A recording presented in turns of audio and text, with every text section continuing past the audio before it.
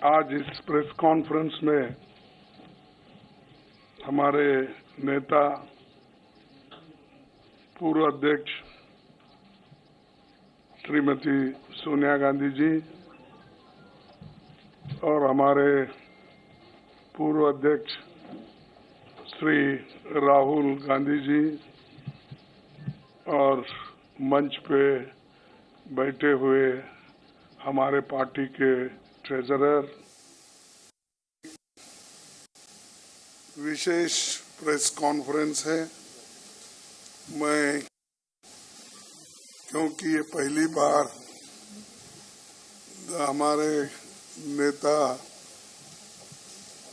इस चंद इश्यू पे वो कहेंगे और राहुल जी भी अपनी बात आखिरी में रखेंगे। मैं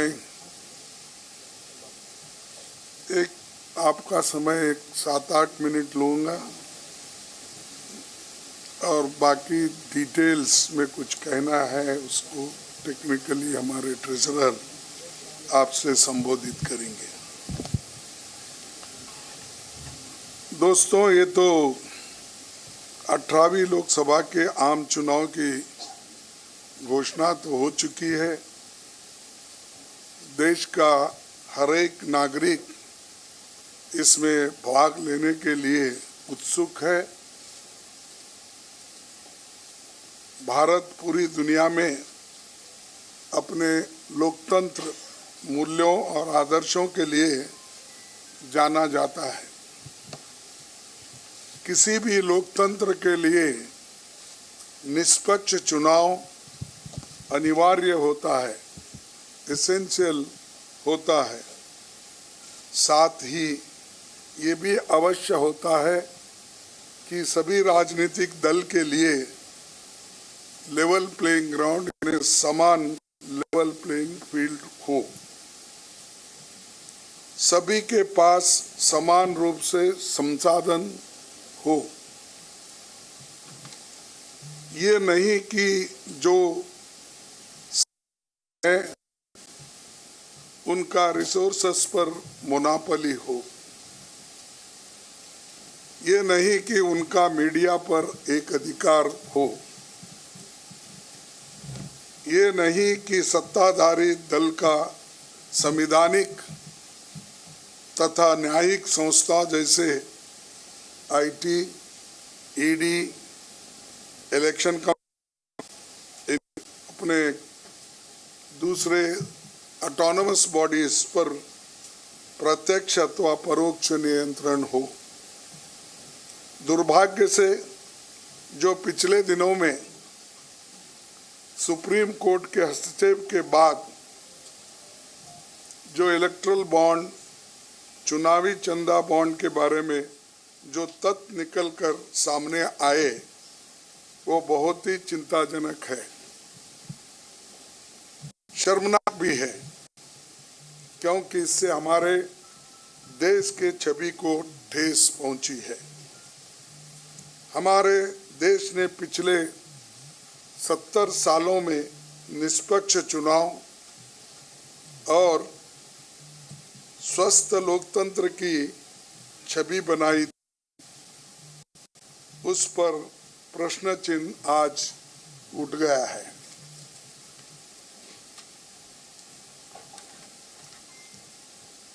सुप्रीम कोर्ट ने जिस चुनावी चंदा बॉन्ड को इलीगल और अनकॉन्स्टिट्यूशनल कहा, उस स्कीम के तहत मौजूदा सत्ताधारी दल ने हजारों करोड़ रुपए से ज्यादा अपने अकाउंट में भर लिया है और दूसरी तरफ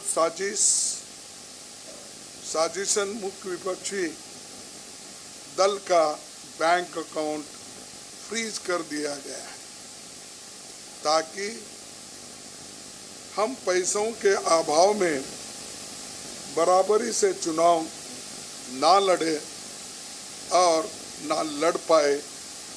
ये सत्ताधारी दल द्वारा एक खतरनाक खेल है।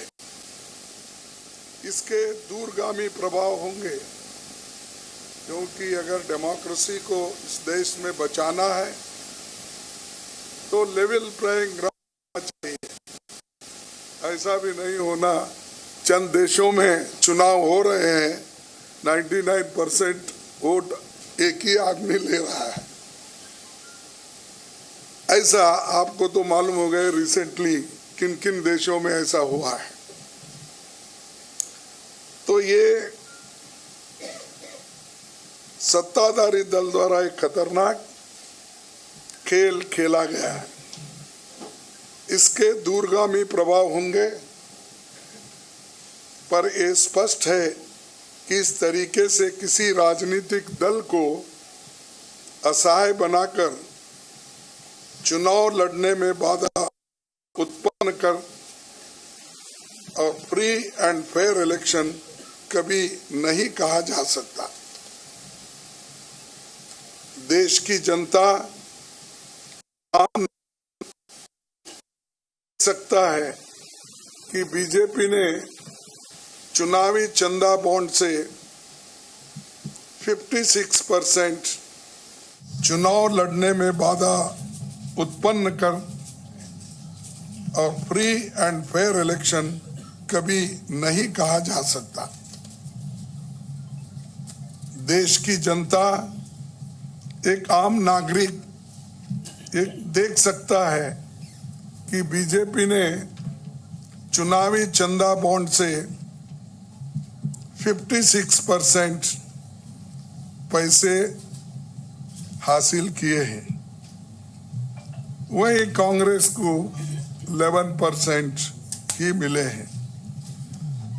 और ये वो पैसे जो बॉन्ड से बीजेपी ने लिए हैं, इसके अलावा जो कैश में इनके पास आता होगा तो कोई अकाउंट ही नहीं है। आप इनके खर्चे देखिए, हर तरफ इनका एडवर्टाइजमेंट लगा है और एडवर्टाइजमेंट में भी मोनोपोली बना ली है।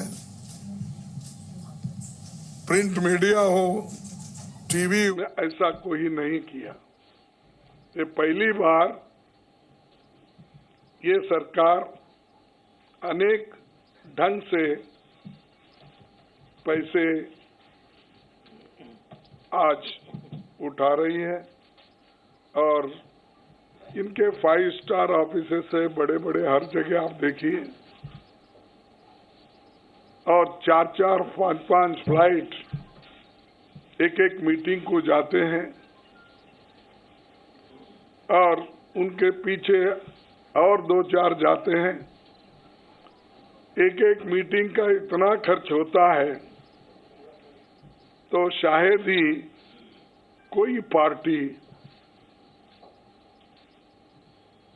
अपोजिशन पार्टी उसका 10% भी नहीं कर सकती मुकाबला। जी न्यूज़।